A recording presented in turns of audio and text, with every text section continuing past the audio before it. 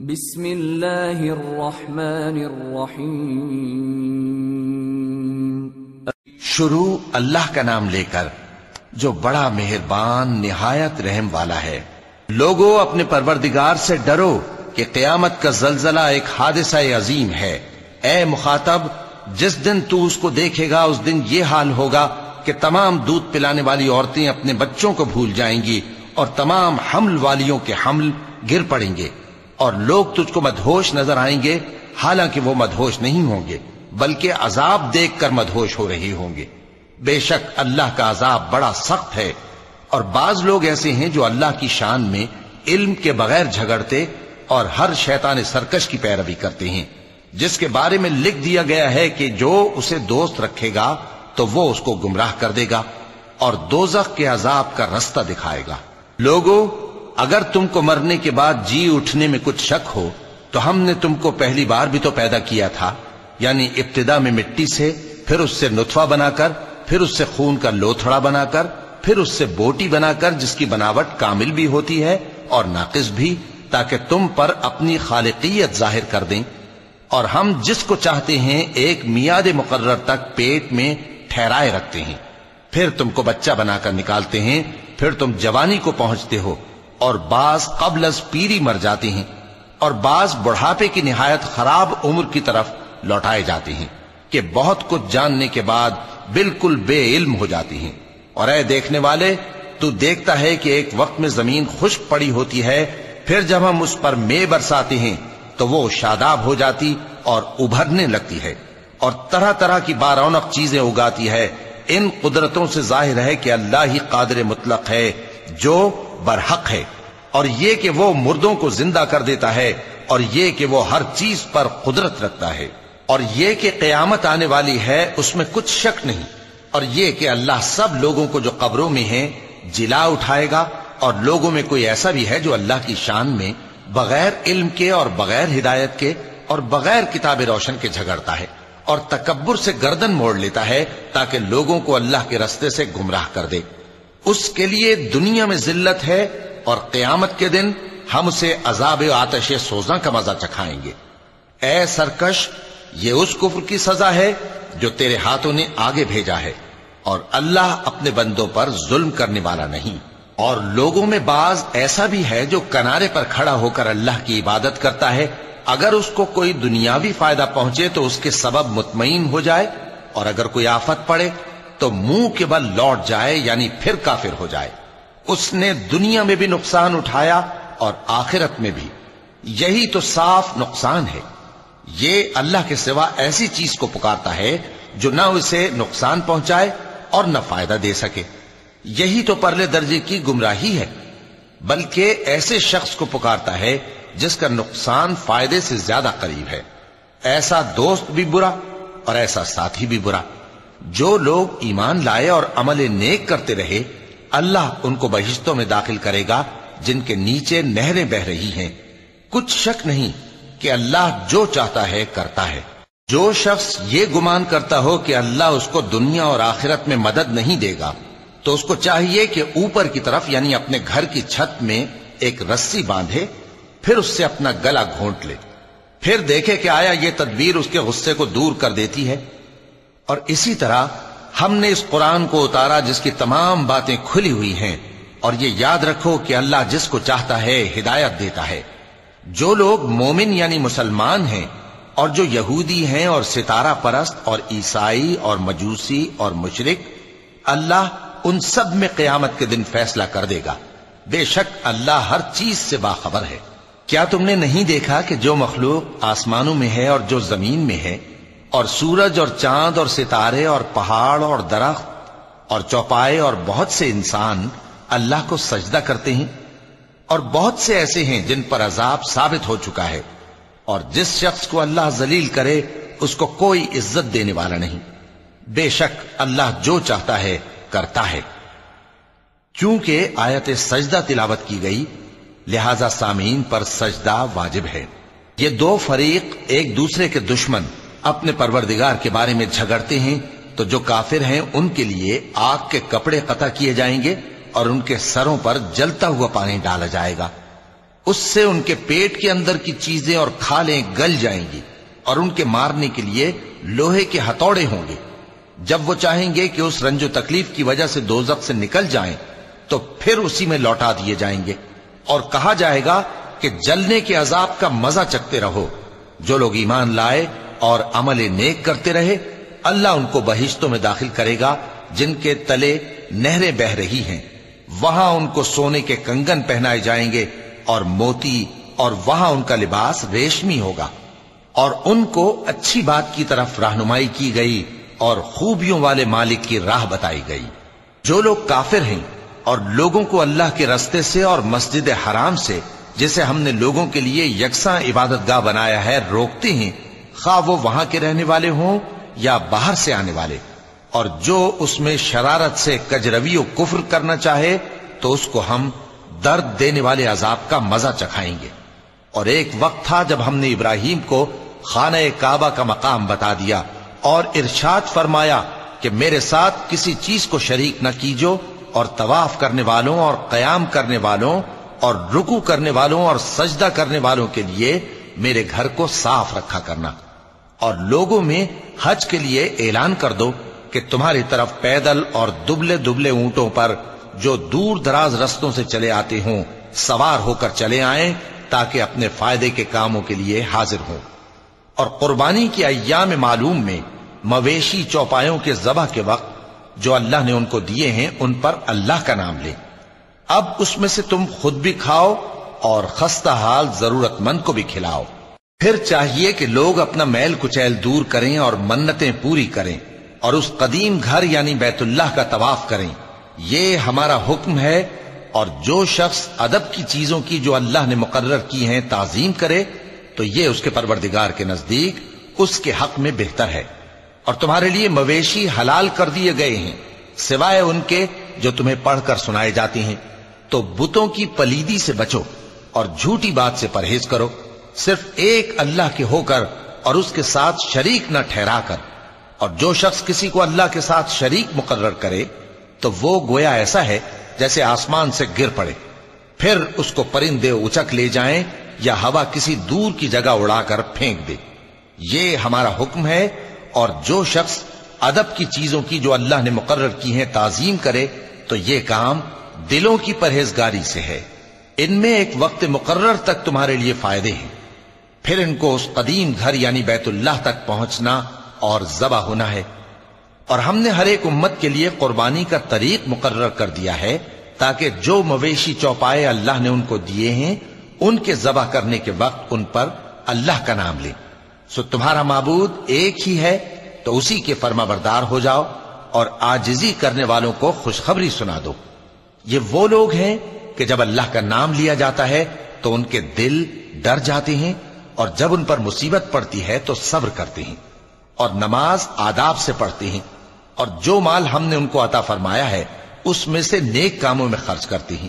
اور قربانی کے اونٹوں کو بھی ہم نے تمہارے لیے اللہ کے شعائر مقرر کیا ہے، ان میں تمہارے لیے فائدے ہیں. تو قربانی کرنے کے وقت قطار باندھ کر ان پر اللہ کا نام لو، پھر جب پہلو کے بل گر پڑیں تو ان میں سے کھاؤ اور قناعت سے بیٹھ رہنے والوں اور سوال کرنے والوں کو بھی کھلاؤ. اس طرح ہم نے ان کو تمہارے زیر فرمان کر دیا ہے تاکہ تم شکر کرو. اللہ تک نہ ان کا گوشت پہنچتا ہے اور نہ خون، بلکہ اس تک تمہاری پرہیزگاری پہنچتی ہے. اسی طرح اللہ نے ان کو تمہارے زیر فرمان کر دیا ہے تاکہ اس بات کے بدلے کہ اس نے تم کو ہدایت بخشی ہے اسے بزرگی سے یاد کرو. اور اے پیغمبر نیکوکاروں کو خوشخبری سنا دو. اللہ تو مومنوں سے ان کے دشمنوں کو ہٹاتا رہتا ہے. بے شک اللہ کسی خیانت کرنے والے ناشکرے کو دوست نہیں رکھتا. جن مسلمانوں سے خواہ مخواہ لڑائی کی جاتی ہے ان کو اجازت ہے کہ وہ بھی لڑیں کیونکہ ان پر ظلم ہو رہا ہے اور اللہ ان کی مدد کرے گا، وہ یقیناً ان کی مدد پر قادر ہے. یہ وہ لوگ ہیں کہ اپنے گھروں سے ناحق نکال دیے گئے، انہوں نے کچھ قصور نہیں کیا. ہاں یہ کہتے ہیں کہ ہمارا پروردگار اللہ ہے. اور اگر اللہ لوگوں کو ایک دوسرے سے نہ ہٹاتا رہتا تو خانقاہیں اور گرجے اور یہودیوں کے عبادت خانے اور مسلمانوں کی مسجدیں جن میں اللہ کا کثرت سے ذکر کیا جاتا ہے گرائی جا چکی ہوتی. اور جو شخص اللہ کی مدد کرتا ہے اللہ اس کی ضرور مدد کرتا ہے، بے شک اللہ توانا ہے، غالب ہے۔ یہ وہ لوگ ہیں کہ اگر ہم ان کو ملک میں حکومت دے دیں تو نماز قائم کریں اور زکوٰۃ ادا کریں اور نیک کام کرنے کا حکم دیں اور برے کاموں سے منع کریں، اور سب کاموں کا انجام اللہ ہی کے اختیار میں ہے۔ اور اگر یہ لوگ تم کو جھٹلاتے ہیں تو ان سے پہلے نوح کی قوم اور عاد اور سمود کی قومیں بھی اپنے پیغمبروں کو جھٹلا چکی ہیں، اور قوم ابراہیم اور قوم لوط بھی، اور مدین کے رہنے والے بھی، اور موسیٰ بھی تو جھٹلائے جا چکے ہیں۔ لیکن میں کافروں کو مہلت دیتا رہا، پھر میں نے ان کو پکڑ لیا، تو دیکھ لو کہ میرا عذاب کیسا سخت تھا۔ چنانچہ بہت سی بستیاں ہیں کہ ہم نے ان کو تباہ کر ڈالا کہ وہ نافرمان تھیں، سو وہ اپنی چھتوں کے بل گری پڑی ہیں، اور بہت سے کنویں بیکار اور بہت سے مضبوط محل ویران پڑے ہیں۔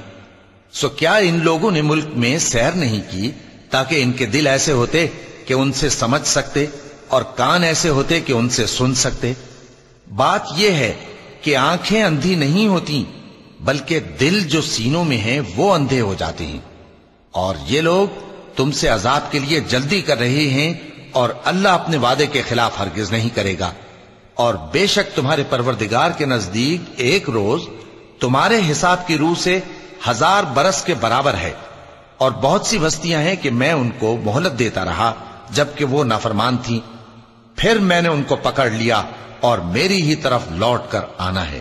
اے پیغمبر کہہ دو کہ لوگوں میں تو تم کو کھلم کھلا خبردار کرنے والا ہوں، تو جو لوگ ایمان لائے اور کام نیک کیے ان کے لیے بخشش اور عزت کی روزی ہے، اور جن لوگوں نے ہماری آیتوں میں اپنے خیال میں ہمیں عاجز کرنے کے لیے دوڑ دھوپ کی وہ اہل دوزخ ہیں۔ اور ہم نے تم سے پہلے کوئی رسول اور نبی نہیں بھیجا مگر اس کا یہ حال تھا کہ جب وہ کوئی آرزو کرتا تھا تو شیطان اس کی آرزو میں وسوسہ ڈال دیتا تھا، تو جو وسوسہ شیطان ڈالتا ہے اللہ اس کو دور کر دیتا ہے، پھر اللہ اپنی آیتوں کو مضبوط کر دیتا ہے، اور اللہ علم والا ہے، حکمت والا ہے۔ غرض اس سے یہ ہے کہ جو وسوسہ شیطان ڈالتا ہے اس کو ان لوگوں کے لیے جن کے دلوں میں بیماری ہے اور جن کے دل سخت ہیں ذریعہ آزمائش ٹھہرائے۔ بے شک ظالم لوگ مخالفت میں دور جا پڑے۔ اور یہ بھی غرض ہے کہ جن لوگوں کو علم عطا ہوا ہے وہ جان لیں کہ وہ یعنی وحی تمہارے پروردگار کی طرف سے حق ہے، تو وہ اس پر ایمان لائیں اور ان کے دل اللہ کے آگے عاجزی کریں۔ اور جو لوگ ایمان لائے ہیں اللہ ان کو سیدھے رستے کی طرف ہدایت کرتا ہے، اور کافر لوگ ہمیشہ اس کی طرف سے شک میں رہیں گے یہاں تک کہ قیامت ان پر ناگہاں آ جائے یا ایک نامبارک دن کا عذاب ان پر آ واقع ہو۔ اس روز بادشاہی اللہ ہی کی ہوگی اور وہ ان میں فیصلہ کر دے گا، تو جو لوگ ایمان لائے اور عمل نیک کرتے رہے وہ نعمت کے باغوں میں ہوں گے، اور جو کافر ہوئے اور ہماری آیتوں کو جھٹلاتے رہے ان کے لیے ذلیل کرنے والا عذاب ہوگا۔ اور جن لوگوں نے اللہ کی راہ میں ہجرت کی پھر مارے گئے یا مر گئے ان کو اللہ اچھی روزی دے گا، اور بے شک اللہ بہترین رزق دینے والا ہے۔ وہ ان کو ایسے مقام میں داخل کرے گا جسے وہ پسند کریں گے، اور اللہ تو جاننے والا ہے، بردبار ہے۔ یہ بات اللہ کے ہاں ٹھہر چکی ہے، اور جو شخص کسی کو اتنی ہی ایذا دے جتنی ایذا اس کو دی گئی، پھر اس شخص پر زیادتی کی جائے تو اللہ اس کی مدد کرے گا۔ بے شک اللہ معاف کرنے والا ہے، بخشنے والا ہے۔ یہ اس لیے کہ اللہ رات کو دن میں داخل کرتا ہے اور دن کو رات میں داخل کرتا ہے، اور اللہ تو سننے والا ہے، دیکھنے والا ہے۔ یہ اس لیے کہ اللہ ہی برحق ہے، اور جس چیز کو کافر اللہ کے سوا پکارتے ہیں وہ باطل ہے، اور اس لیے کہ اللہ اونچی شان والا ہے، بڑا ہے۔ کیا تم نہیں دیکھتے کہ اللہ آسمان سے مے برساتا ہے تو زمین سرسبز ہو جاتی ہے؟ بے شک اللہ مہربان ہے، خبردار ہے۔ جو کچھ آسمانوں میں ہے اور جو کچھ زمین میں ہے اسی کا ہے، اور بے شک اللہ بے نیاز ہے، قابل ستائش ہے۔ کیا تم نہیں دیکھتے کہ جتنی چیزیں زمین میں ہیں سب اللہ نے تمہارے زیر فرمان کر رکھی ہیں، اور کشتیاں بھی جو اسی کے حکم سے سمندر میں چلتی ہیں، اور وہ آسمان کو تھامے رہتا ہے کہ زمین پر نہ گر پڑے مگر اس کے حکم سے۔ بے شک اللہ لوگوں پر نہایت شفقت کرنے والا مہربان ہے۔ اور وہی تو ہے جس نے تم کو حیات بخشی، پھر تم کو مارتا ہے، پھر تمہیں زندہ بھی کرے گا، اور انسان تو بڑا ناشکرا ہے۔ ہم نے ہر ایک امت کے لیے بندگی کی ایک راہ مقرر کر دی ہے کہ اسی طرح وہ بندگی کرتے ہیں، تو یہ لوگ تم سے اس معاملے میں جھگڑا نہ کریں، اور تم لوگوں کو اپنے پروردگار کی طرف بلاتے رہو، بے شک تم سیدھے رستے پر ہو۔ اور اگر یہ تم سے جھگڑا کریں تو کہہ دو کہ جو عمل تم کرتے ہو اللہ ان سے خوب واقف ہے۔ جن باتوں میں تم اختلاف کرتے ہو اللہ تم میں قیامت کے روز ان کا فیصلہ کر دے گا۔ کیا تم نہیں جانتے کہ جو کچھ آسمان اور زمین میں ہے اللہ اس کو جانتا ہے؟ یہ سب کچھ کتاب میں لکھا ہوا ہے، بے شک یہ سب اللہ کو آسان ہے۔ اور یہ لوگ اللہ کے سوا ایسی چیزوں کی عبادت کرتے ہیں جن کی اس نے کوئی سند نازل نہیں فرمائی، اور نہ ان کے پاس اس کی کوئی دلیل ہے، اور ظالموں کا کوئی بھی مددگار نہیں ہوگا۔ اور جب ان کو ہماری صاف صاف آیتیں پڑھ کر سنائی جاتی ہیں تو ان کی شکل بگڑ جاتی ہے، اور تم ان کے چہروں میں صاف طور پر ناگواری دیکھتے ہو۔ ایسا لگتا ہے کہ جو لوگ ان کو ہماری آیتیں پڑھ کر سناتے ہیں ان پر حملہ کر دیں گے۔ کہہ دو کہ میں تم کو اس سے بھی بری چیز بتاؤں، وہ دوزخ کی آگ ہے جس کا اللہ نے کافروں سے وعدہ کیا ہے، اور وہ برا ٹھکانہ ہے۔ لوگوں، ایک مثال بیان کی جاتی ہے، اسے غور سے سنو کہ جن لوگوں کو تم اللہ کے سوا پکارتے ہو وہ ایک مکھی بھی نہیں بنا سکتے اگرچہ اس کے لیے سب اکٹھے ہو جائیں، اور اگر مکھی ان سے کوئی چیز چھین لے جائے تو اسے اس سے چھڑا نہیں سکتے۔ طالب اور مطلوب یعنی عابد اور معبود دونوں گئے گزرے ہیں۔ ان لوگوں نے اللہ کی قدر جیسی کرنی چاہیے تھی نہیں کی۔ کچھ شک نہیں کہ اللہ زبردست ہے، غالب ہے۔ اللہ فرشتوں میں سے پیغام پہنچانے والے منتخب کر لیتا ہے اور انسانوں میں سے بھی۔ بے شک اللہ سننے والا ہے، دیکھنے والا ہے۔ جو ان کے آگے ہے اور جو ان کے پیچھے ہے وہ اس سے واقف ہے، اور سب کاموں کا رجوع اللہ ہی کی طرف ہے۔ مومنوں، رکوع کرتے اور سجدہ کرتے اور اپنے پروردگار کی عبادت کرتے رہو اور نیک کام کرو تاکہ فلاح پاؤ۔ چونکہ آیت سجدہ تلاوت کی گئی ہے لہذا سامعین پر سجدہ واجب ہے۔ اور اللہ کی راہ میں جہاد کرو جیسا جہاد کرنے کا حق ہے۔ اس نے تم کو منتخب کیا ہے اور تم پر دین کی کسی بات میں تنگی نہیں کی، اور تمہارے لیے تمہارے باپ ابراہیم کا دین پسند کیا۔ اسی اللہ نے پہلے یعنی پہلی کتابوں میں تمہارا نام مسلم رکھا تھا، اور اس کتاب میں بھی وہی نام رکھا ہے۔ تو جہاد کرو تاکہ پیغمبر تمہارے بارے میں گواہ ہوں اور تم لوگوں کے مقابلے میں گواہ رہو۔ سو مسلمانوں، نماز قائم کرو اور زکوٰۃ دو اور اللہ کے دین کی رسی کو پکڑے رہو، وہی تمہارا دوست ہے۔ سو وہ کیا خوب دوست ہے اور کیا خوب مددگار ہے۔ صدق اللہ العظیم۔